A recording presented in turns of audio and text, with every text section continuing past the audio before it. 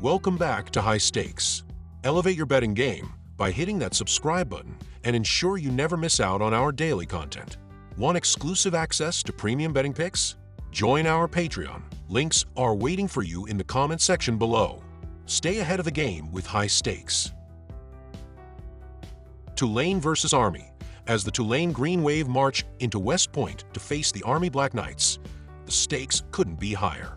Tulane's college football playoff dreams may have ended on Thanksgiving night with a tough loss to Memphis, but their season is far from over. The AAC title remains within reach, and freshman quarterback Darian Mensah is leading the charge. Mensah's exceptional debut season has been defined by his poise and dual threat capabilities, evidenced by his 2,514 passing yards, 20 touchdowns, and a stellar 167.6 passer rating. Despite the loss to Memphis, his 317-yard, two-touchdown performance showcased his resilience. On the ground, Tulane leans on sophomore running back Mekhi Hughes, who has consistently delivered, crossing the 100-yard mark in 7 games this season. The Green Wave's offense will need all the firepower they can muster to overcome the disciplined Army defense. Head coach John Sumrall remains laser-focused, brushing aside coaching rumors to emphasize the task at hand. The challenge: playing in frigid temperatures expected to dip into the low 20s.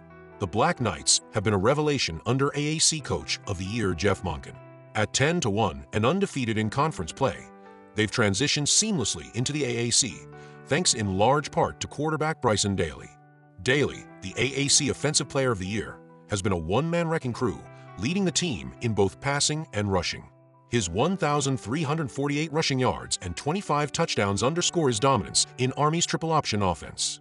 Complementing Daly's efforts is running back Kanye Udo, whose explosive performances have added another dimension to the Black Knights' offense. Army's disciplined approach extends to the defensive side, where safety Max DiDomenico anchors a unit built to disrupt explosive offenses. With several players earning All-AAC honors, Army's depth and talent have made them a formidable opponent. Their ground-and-pound strategy, combined with clock control, has been the cornerstone of their success. Prediction: this game has all the makings of a low-scoring, physical battle. Army's ability to control the clock and dictate the pace gives them a slight edge, especially in cold conditions that favor their run-heavy approach. With Tulane's stout defense and Army's disciplined game plan, expect a close contest.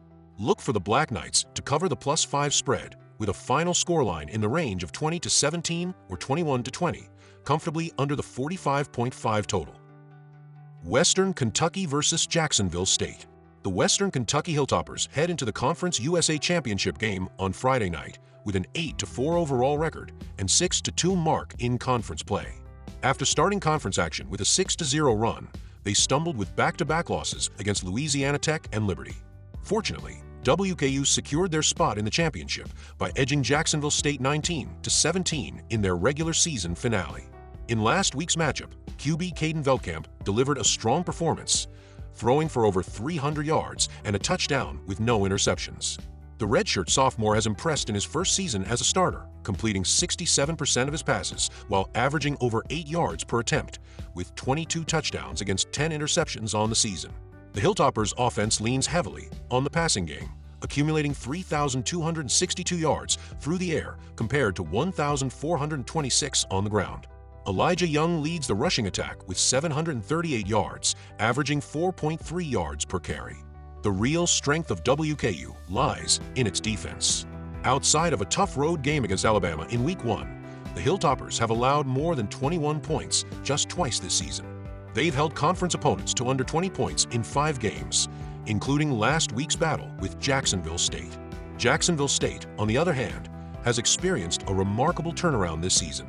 After an 0-3 start with losses to Louisville, Coastal Carolina, and Eastern Michigan, the Gamecocks bounced back with 8 consecutive wins, many by wide margins, before falling to WKU last weekend. They enter the title game with an 8-4 overall record and a 7-1 mark in conference play. Despite the loss, Jacksonville State remains undefeated at home since Week 1. The Gamecocks' offense is the inverse of WKU's, featuring an elite rushing attack paired with a subpar passing game. Jacksonville State has racked up over 3,000 rushing yards as a team, led by Trey Stewart, 1,403 yards, 5.9 yards per carry, and QB Tyler Huff, 1,176 yards, over 6 yards per carry. However, Huff has been less effective as a passer, completing under 60% of his attempts with 11 touchdowns and 6 interceptions. Huff is also dealing with an ankle injury and is questionable for the championship game. Defensively, the Gamecocks have tightened up after a rough stretch, allowing just 30 points combined in their last 2 outings. Prediction: Western Kentucky plus 3.5. The Hilltoppers already defeated Jacksonville State 19-17 in their regular season finale, and, despite being on the road this time, are well equipped to keep this game close.